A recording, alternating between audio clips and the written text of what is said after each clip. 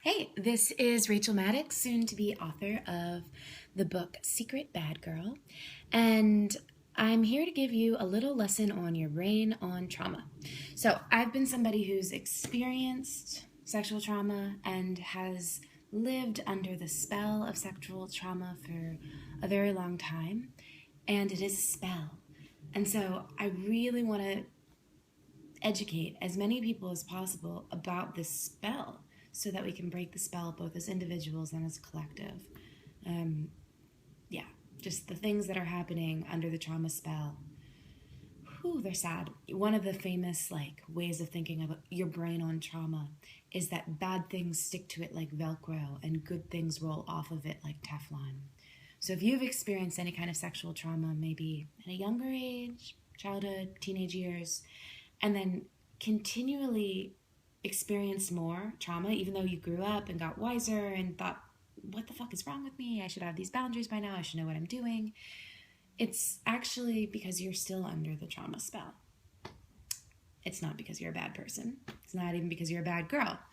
It's because you're under a physiological spell where your brain, your reptilian brain, which is the part that we share with animals, it's the part that does things instinctually without thinking, unconsciously. So it's the part that controls our heartbeat, our digestion,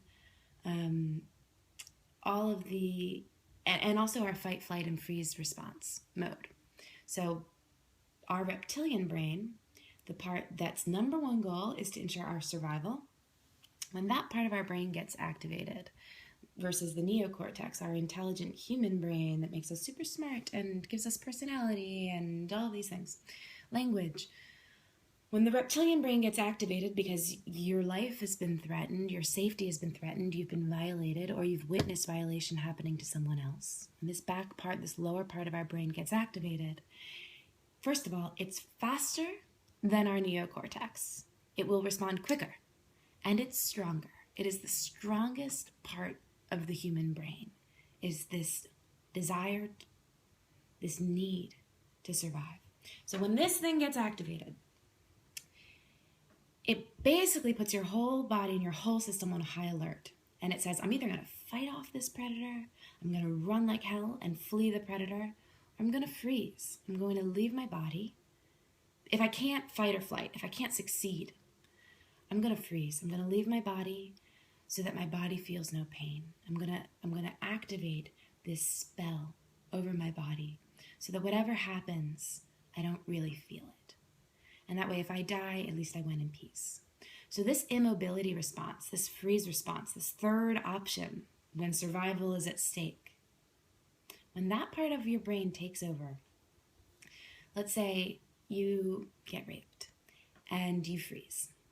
If you go back out into the world and you don't let your reptilian brain finish its natural process for unfreezing you, which most of us don't because our smart brains take over. We're like, oh, we're fine. We're out of that bad situation.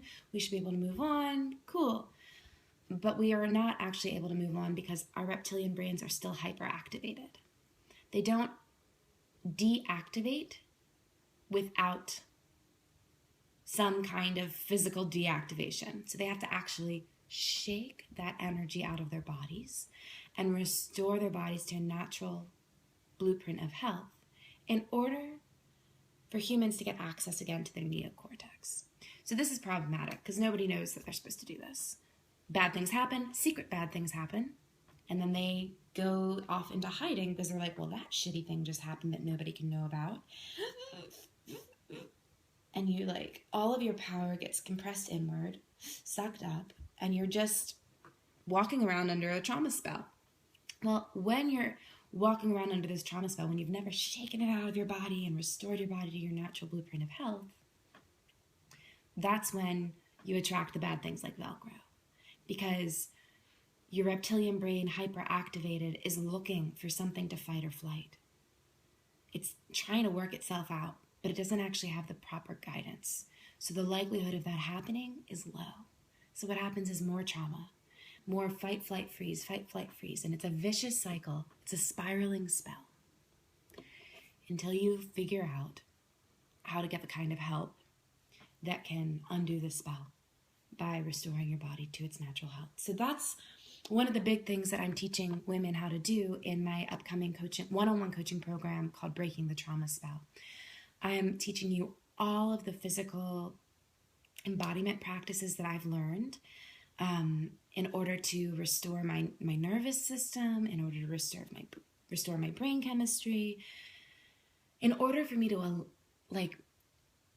step 1, restoring body, step 2, doing all of that deep psychological work of forgiveness, of unshaming your natural desires, the things of moving into your emancipated sexuality. Like, those things are beautiful things. And when you try to do them first with a traumatized brain, Teflon.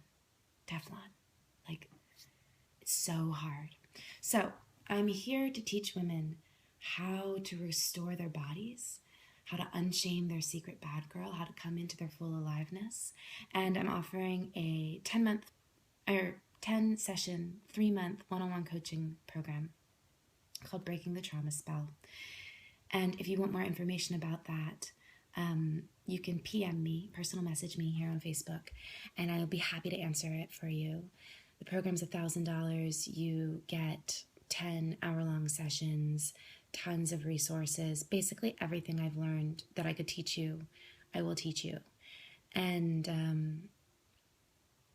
and if not, I just hope that you learned a little bit of something here in this video. I'll be coming on doing more videos, teaching little bits here and there, just to share as much as I possibly can.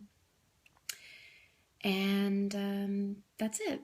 Signing off. This is Rachel Maddox, author of Secret Bad Girl, sending you lots and lots and lots and lots of love.